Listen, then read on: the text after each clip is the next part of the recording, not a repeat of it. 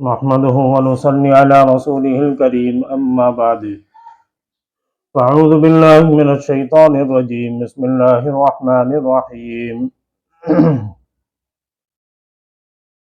محترم ناظرین اور سامعین کرام، امید ہے آپ سب حضرات خیریت سے ہوں گے۔ آج میں آپ کے سامنے جو وظیفہ لے کر کے حاضر ہوا، اس کا تعلق ہر انسان سے ہے۔ جو انسان چاہے وہ مرد ہو یا عورت ہو،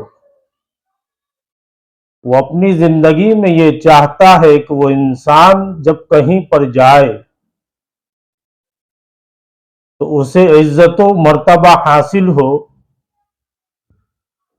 لوگ ان کے ساتھ عزت سے پیش آئے۔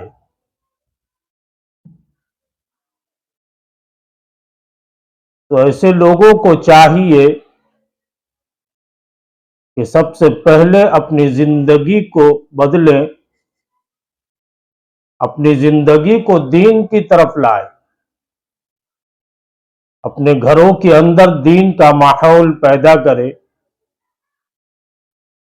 اس لیے کہ عزت وہ چیز ہے جسے اللہ چاہتا ہے عنایت کرتا ہے،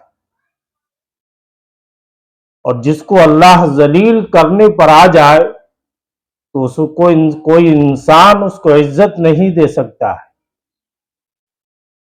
اس لیے انسان کو چاہیے کہ سب سے پہلے اپنی زندگی کو بدلے، دین کی طرف اپنی زندگی کو لائے، نمازوں کا اہتمام کرے، گناہوں سے بچے۔ پھر دیکھیں اللہ تبارک و تعالی کیسے اس انسان کی عزت کو لوگوں کے دلوں میں پیدا کرتا ہے۔ اب میں آپ کے سامنے وہ عمل پیش کر رہا ہوں جس کے بارے میں اکابرین کا تجربہ ہے، تو جو انسان اس عمل کو اختیار کر لے، اللہ تبارک و تعالی لوگوں کے دلوں کے اندر اس کی محبت کو پیدا کر دیتے ہیں۔ عمل بہت آسان ہے اور بہت مجرب ہے۔ جو انسان عزت اور مقام چاہتا ہو تو اس کو چاہیے کہ نماز کی پابندی کرے۔ عمل یہ ہے کہ نماز فجر کے بعد سورہ فاتحہ یعنی کہ الحمدللہ رب العالمین کی پوری سورت 21 مرتبہ پڑھے۔ نماز ظہر کے بعد یہی سورت 22 مرتبہ پڑھے۔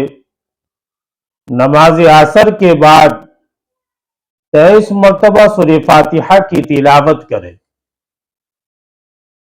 اور مغرب کی نماز کے بعد 24 مرتبہ اس سورت کی تلاوت کرے، اور نماز عشاء کے بعد 10 مرتبہ سورہ فاتحہ کی تلاوت کرے۔ اس کے بعد اللہ تبارک و تعالی سے سچے دل کے ساتھ، کامل یقین کے ساتھ دعا مانگے تو انشاءاللہ اس کی دعا ضرور قبول ہوگی، اور اللہ تبارک و تعالی عزت و مرتبہ سے نوازے گا، لوگوں کی نظروں میں اس کا عزت اور مرتبہ بلند ہوگا۔ اس لیے جو انسان اپنی عزت چاہتا ہو اس کو چاہیے کہ اس عمل مبارک سے فائدہ اٹھائیں۔ اللہ ہم سب کا حامی اور ناصر ہو۔ وآخر دعوانا ان الحمدللہ رب العالمین۔ السلام علیکم ورحمۃ اللہ وبرکاتہ۔